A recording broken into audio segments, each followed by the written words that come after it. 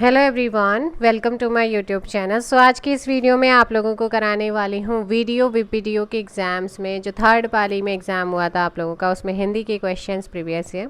जैसे कि first question है पसीना। पसीना शब्द का तत्सम रूप आपसे पूछा गया है।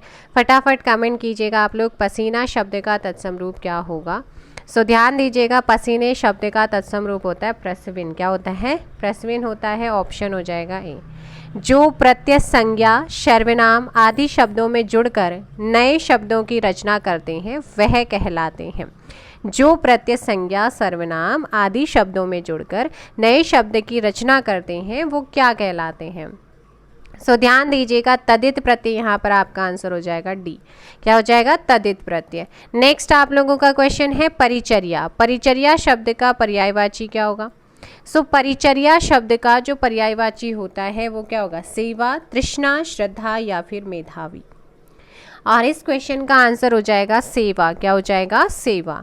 आदि से अंत तक के लिए एक शब्द क्या होगा? आदि से अंत तक के लिए एक शब्द अक्षरसः, आदि अंत, आधोपांत या नन ऑफ दीज, इनमें से कोई नहीं।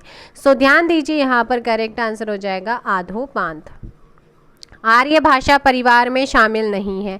आर्य भाषा परिवार में कौन शामिल नहीं है? प्राकृत, मंडारिन, चीनी, फारसी, पहलवी या वैदिक संस्कृत।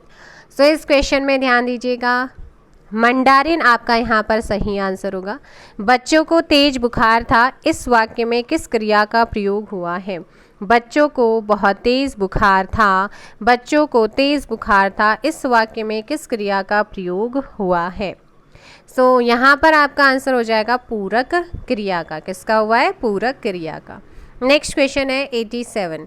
लोकोक्ति किस भाषा का शब्द है? लोकोक्ति किस भाषा का शब्द है?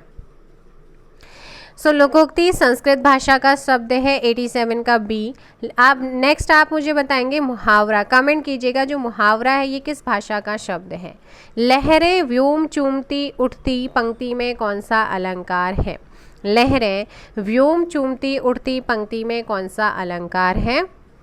अतिशयोक्ति अलंकार है। Option A. नाटक लेखन में संवाद से पूर्व निम्न में से किस चिन्ह का प्रयोग किया जाता है? योजक चिन्ह का। इनमें से कौन सी गद्य रचना महादेवी वर्मा के द्वारा लिखित नहीं है?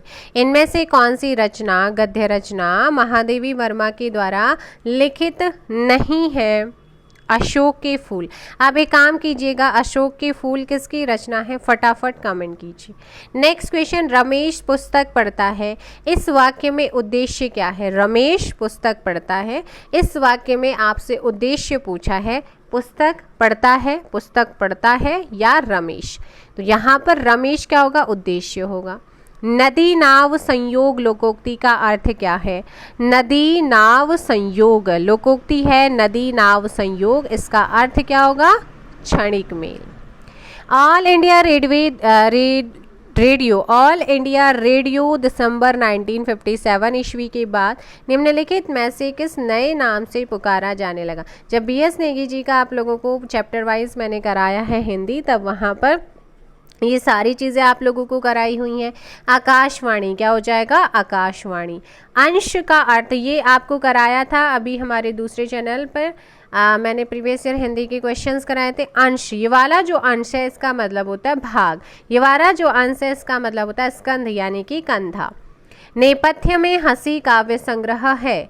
नेपथ्य में हंसी काव्य संग्रह किसका है? और इसे मैंने आपको जब हिंदी साहित्य एजुकेशन विद सुषमा में कराया हुआ है, राजेश जोशी का। किसका है? राजेश जोशी का। निम्नलिखित शब्दों में से अशुद्ध वर्तनी वाला शब्द, देखिएगा, अगर ज्योत्सना की बात करूं बिल्कुल सही लिखा हुआ है, गुरु की बात करूं तो ये भी सही है, प्रज्वलित भी सही है, गलत कौन सा है? सीधा साधा। नेक्स्ट क्वेश्चन, निर्निमेष शब्द का अर्थ क्या है? निर्निमेष शब्द का अर्थ आपसे पूछा गया है। सो निर्निमेष शब्द का अर्थ होता है बिना पलक झपकाए। 97 का बी। नेक्स्ट क्वेश्चन, स्वर संधि का भेद कौन सा नहीं है? इनमें से कौन सा स्वर संधि का भेद नहीं है?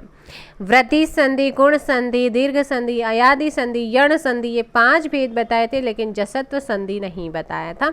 इस चीज़ का आप लोगों ने ध्यान रखना है। एंड यहाँ पर ना एक चीज़ का आप लोगों ने और ध्यान रखना है कि जो संधि है, संधि का पिछली बार जब एग्ज़ाम हुआ था तब आपके एग्ज़ाम में पूछा गया था। इसका जो सूत्र है, सूत्र बताते हुए चलते हैं आपको यहाँ पर उच्चारण वाला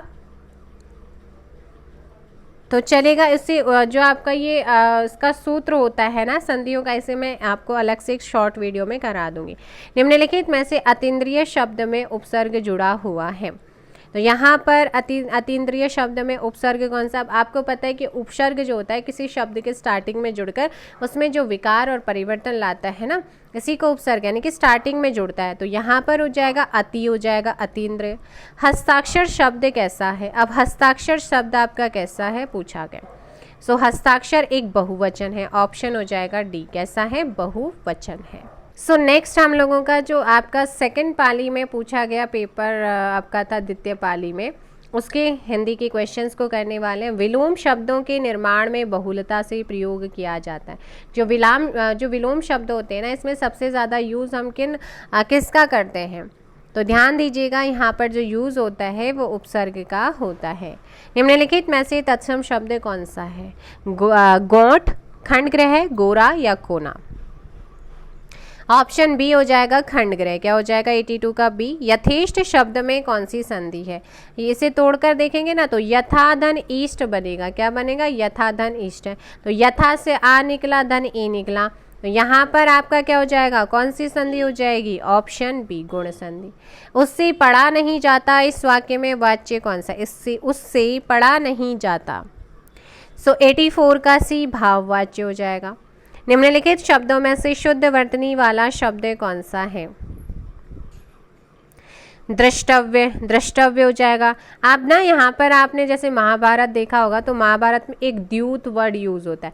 दूत और द्यूत दोनों यूज होते हैं, ठीक है। दूत होता है संदेशवाहक, मतलब कि कोई किसी का संदेश लेके आ रहा है तो हम उसे कहेंगे वो दूत है ना, उस राजा का दूत है, उस टाइम पे बोला जाता था। तो दूत का अर्थ है संदेशवाहक। और द्यूत आपने सुना हुआ है शकुनी, तो यहाँ पर द्यूत का होता है जुआ। Option A. निम्न में से फारसी शब्द कौन सा है? तो देखिएगा, जो फारसी है इसका एक और आपके एग्जाम में पूछा गया था वीडियो वीपीडीओ के 4 दिसंबर में, वो है आपका फारसी। सिफारिश, सिफारिश किस भाषा का शब्द है ये आपसे पूछा गया। तो सिफारिश जो है ना ये आपका फारसी भाषा का शब्द है। और यहाँ पर पूछा है कि इनमें से कौन से? तो हजार। तुलसीदास ने विनय पत्रिका की रचना किस भाषा में की है? जो तुलसीदास जी है इन्होंने विनय पत्रिका की रचना किस भाषा में की है? So question number 88 and correct answer हो जाएगा बी, ब्रज। भूरी भूरी खाक धूल कविता, भूरी भूरी खाक धूल कविता है किसकी है? ऑप्शन सी, मुक्तिबोध जी की। और इनकी साहित्य में आपको कराया हुआ है। उद्गम के आधार पर शब्द समूह को कितने भागों में बांटा गया है? उद्गम के आधार पर शब्द समूह को कितने भागों में बांटा गया है? क्वेश्चन नंबर 90, ऑप्शन हो जाएगा सी, 5। नेक्स्ट क्वेश्चन है आप लोगों का संक्षेपक का अर्थ है। संक्षेपक का अर्थ क्या है? संक्षेपक का अर्थ है अनिवार्य तथ्यों का चयन। क्या हो जाएगा? अनिवार्य तथ्यों का चयन। कृदंत प्रत्यय किन शब्दों के साथ जुड़ते हैं? कृदंत प्रत्यय किन शब्दों के साथ जुड़ते हैं? क्रिया के साथ। प्रस्तावना का पर्यायवाची शब्द है। प्रस्तावना का पर्यायवाची शब्द है कौन सा है? प्रस्तावना का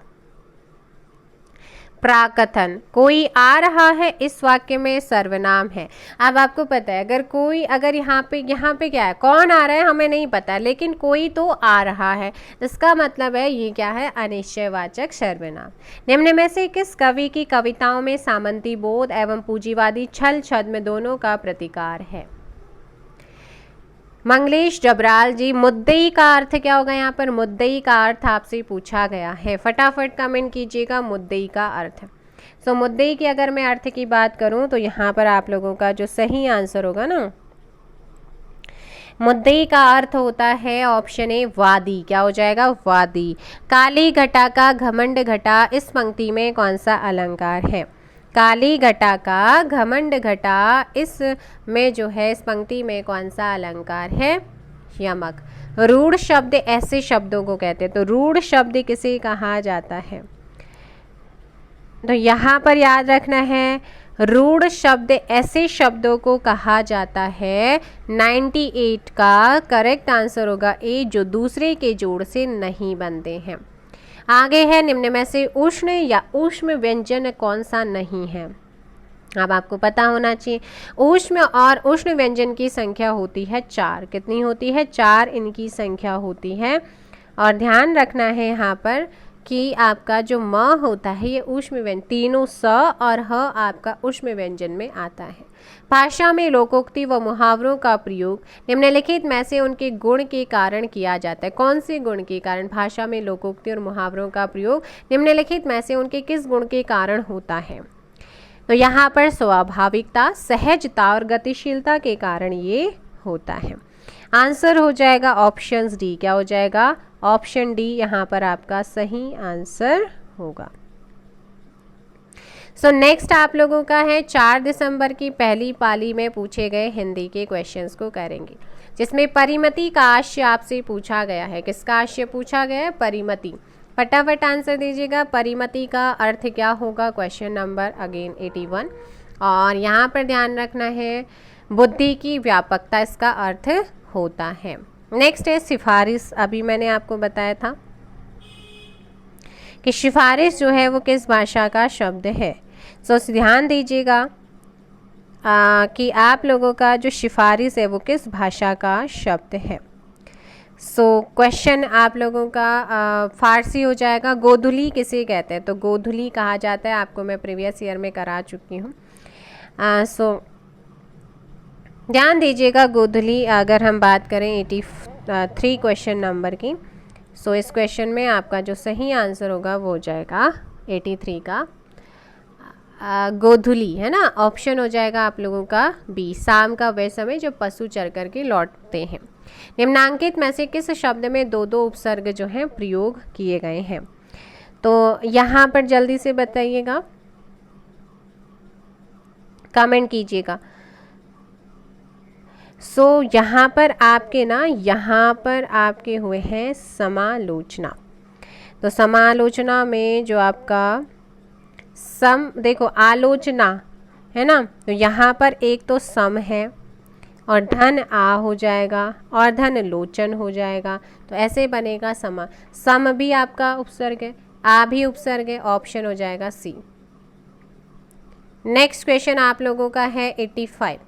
यह विचार मेरे मन में अचानक आया, इस वाक्य में क्रिया विशेषण शब्द कौन सा है? Question number 85। और 85 का सही आंसर हो जाएगा यहाँ पर बी, अचानक। टिप्पण मुख्यतः कितने प्रकार के होते हैं? सो टिप्पण की अगर बात की जाए तो टिप्पण मुख्य रूप से 2 प्रकार के होते हैं।